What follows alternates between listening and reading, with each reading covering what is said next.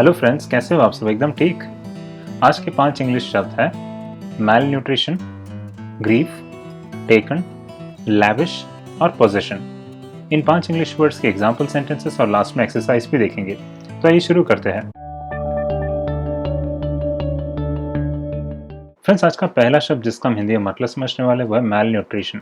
मैल nutrition शब्द का हिंदी में मतलब होता है कुपोषण या कह सकते हैं पोषण की कमी। तो अगर आपको इंग्लिश में बोलना हो कुपोषण या पोषण की कमी तो वहाँ पर आप मैल न्यूट्रिशन शब्द का इस्तेमाल कर सकते हो। आइए इसके थोड़े एग्जाम्पल्स देख लेते हैं। पहला example, the children were suffering from malnutrition, यानी बच्चे कुपोषण से पीड़ित थे। दूसरा example, often poor people suffer from malnutrition, मतलब अक्सर गरीब लोग कुपोषण से पीड़ित होते हैं। तीसरा example, nearly 70% of the country's population suffers from malnutrition, यानी देश की लगभग 70% आबादी कुपोषण से पीड़ित है। चौथा example, malnutrition is one of the common afflictions of the poor, मतलब कुपोषण गरीबों के आम दुखों में से एक है। और अगर लास्ट एग्जाम्पल दो तो many refugees are suffering from severe malnutrition, यानी कई शरणार्थी गंभीर कुपोषण से पीड़ित है।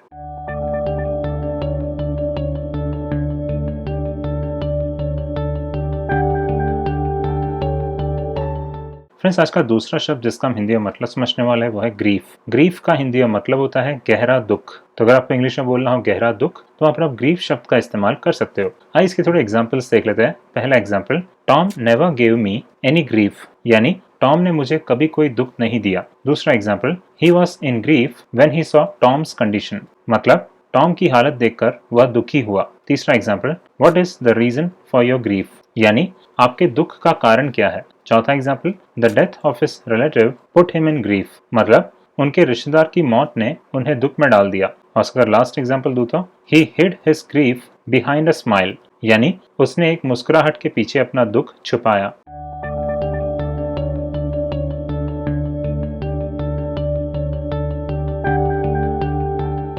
फ्रेंड्स, आज का तीसरा शब्द जिसका हम हिंदी में मतलब समझने वाले हैं वो है टेकन। टेकन का हिंदी में मतलब होता है लेना। तो अगर आपको इंग्लिश में बोलना हो लेना तो वहाँ पर आप टेकन शब्द का इस्तेमाल कर सकते हो। आइए इसके थोड़े एग्जाम्पल्स देख लेते हैं। पहला example, I should have taken the money, यानी मुझे पैसे लेने चाहिए थे। दूसरा example, he should have taken the medicine, मतलब उसे दवा लेनी चाहिए थी। तीसरा example, I should have taken that chance, यानी मुझे वो मौका लेना चाहिए था। चौथा example, he should have taken my advice, मतलब उससे मेरी सलाह लेनी चाहिए थी। और अगर लास्ट एग्जाम्पल दूं तो ही admitted he had taken bribes, यानी उन्होंने स्वीकार किया कि उन्होंने रिश्वत ली थी।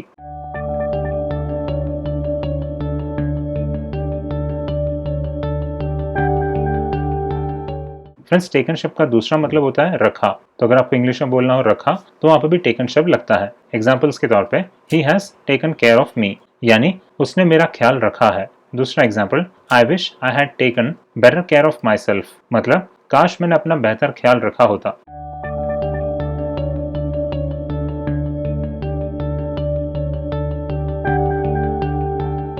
फ्रेंड्स, टेकन शब्द का तीसरा मतलब होता है कब्जा। तो अगर आपको इंग्लिश में बोलना हो कब्जा तो वहां पर भी टेकन शब्द लगता है। एग्जाम्पल्स के तौर पे, दे वर टेकन प्रिजनर्स, यानी उन्हें बंदी बना लिया गया। दूसरा example, the enemies had taken over the ship, मतलब दुश्मनों ने जहाज पर कब्जा कर लिया था।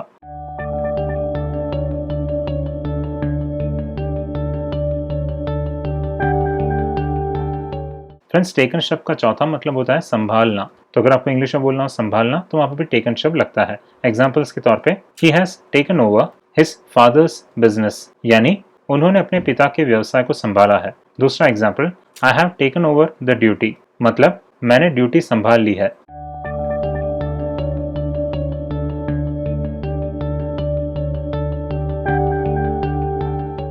फ्रेंड्स, आज का चौथा शब्द जिसका हम हिंदी में मतलब समझने वाले हैं वो है लैविश। लैविश का हिंदी में मतलब होता है उदार। तो अगर आपको इंग्लिश में बोलना हो उदार तो वहाँ पर आप लैविश शब्द का इस्तेमाल कर सकते हो। आइए इसके थोड़े एग्जाम्पल्स देख लेते हैं। पहला example, he spent his money lavishly, यानी उन्होंने उदारता से अपना पैसा खर्च किया। दूसरा example, she served him food lavishly, मतलब उन्होंने उदारता से उसे खाना परोसा। तीसरा example, rich people are generally lavish with spending their money, यानी अमीर लोग आमतौर पर अपना पैसा खर्च करने में उदार होते हैं। चौथा example, she had been a bit too lavish with the salt so the soup didn't taste nice, मतलब वह नमक के साथ थोड़ा ज्यादा उदार थी इसलिए सूप का टेस्ट अच्छा नहीं था। और इसका लास्ट एग्जाम्पल दूँ तो he was lavish with his praise for others, यानी वह दूसरों की प्रशंसा करने में उदार दिल था।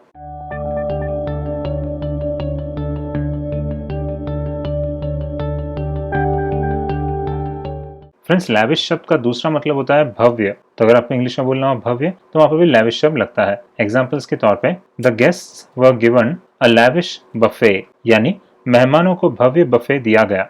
दूसरा example, they lived a lavish lifestyle, मतलब वे बहुत भव्य जीवन शैली जीते थे।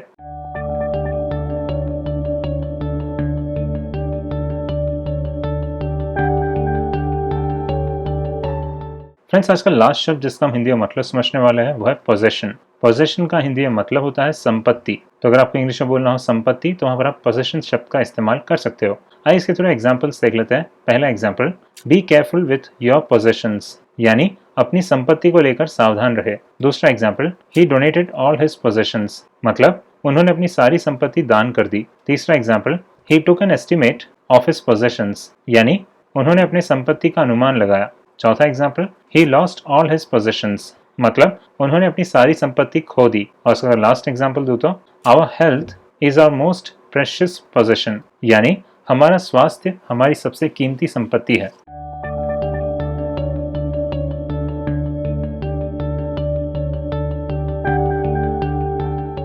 फ्रेंड्स, पोजेशन शब्द का दूसरा मतलब होता है कब्जा। तो अगर आपको इंग्लिश में बोलना हो कब्जा, तो वहां पर एक पोजेशन शब्द लगता है। एग्जाम्पल्स के तौर पे she had taken possession of the house, यानी उसने मकान पर कब्जा कर लिया था। दूसरा example, she had taken possession of the sofa, मतलब उसने सोफे पर कब्जा कर लिया था।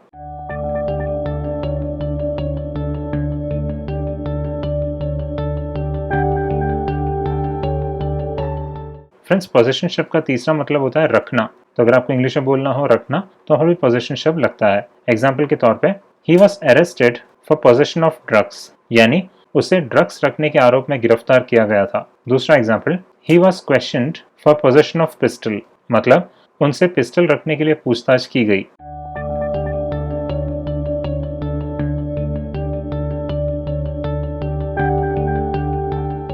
फ्रेंड्स, अब थोड़ा एक्सरसाइज कर लेते हैं। जो 5 शब्द हमने इस वीडियो में देखा वो ऊपर विकल्प के तौर पे दिए गए हैं। आपको इन पांचों विकल्प में से एक विकल्प इस खाली जगह पर रखना है और इस सेंटेंस को पूरा करना है। तो आइए शुरू करते हैं। पहला क्वेश्चन,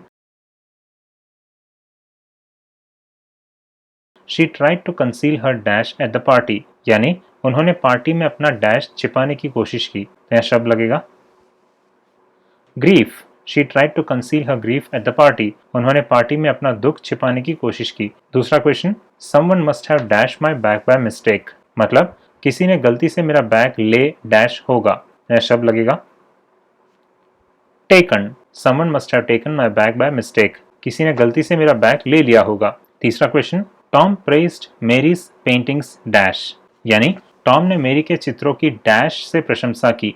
यह शब्द लगेगा lavishly, Tom praised Mary's paintings lavishly, Tom ने मेरी के चित्रों की उदारता से प्रशंसा की। अगला question, infections are more likely in those suffering from dash, मतलब डैश से पीड़ित लोगों में संक्रमण की संभावना अधिक होती है। यह शब्द लगेगा malnutrition, infections are more likely in those suffering from malnutrition, कुपोषण से पीड़ित लोगों में संक्रमण की संभावना अधिक होती है। अगला question, he made a list of his dash, यानी उन्होंने अपनी डैश की एक सूची बनाई। तो यह शब्द लगेगा possessions, he made a list of his possessions, उन्होंने अपनी संपत्ति की एक सूची बनाई। अगला क्वेश्चन,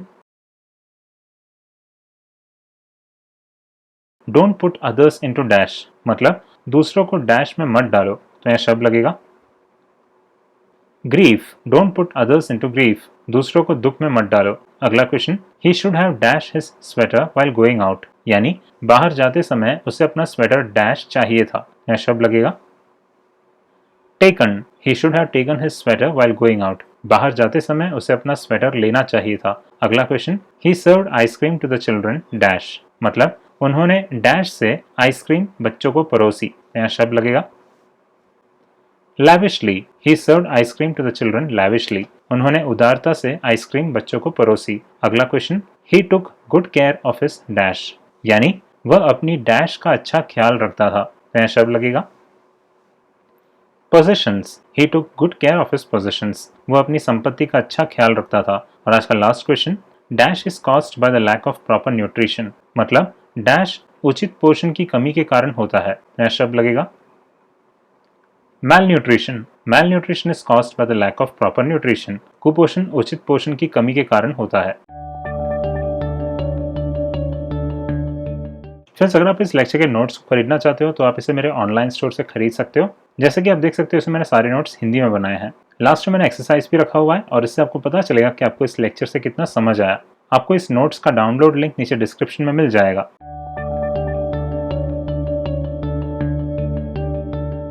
फ्रेंड्स, तो इस लेक्चर में हमने 5 इंग्लिश वर्ड्स का हिंदी में मतलब देखा। ये 5 वर्ड्स थे मैल न्यूट्रिशन, ग्रीफ, टेकन, लैविश और पोजेशन। अगर आपको इस वीडियो में से कुछ भी मदद मिला हो तो ज़रूर इस वीडियो को एक लाइक कीजिए और अपने फ्रेंड्स के साथ इसे ज़रूर शेयर कीजिए। आप नीचे कमेंट्स में अपना सजेशंस या क्वेश्चंस भी पूछ सकते हैं। अगर आप मेरे वीडियोस के फ्यूचर नोटिफिकेशंस चाहते तो सब्सक्राइब बटन दबाइए और पास में जो बेल आइकन है उसे भी प्रेस कीजिए ताकि जब मैं वीडियोस को अपलोड करूं वैसे ही आपको उसके नोटिफिकेशंस मिलते रहे। Thank you for watching and keep learning.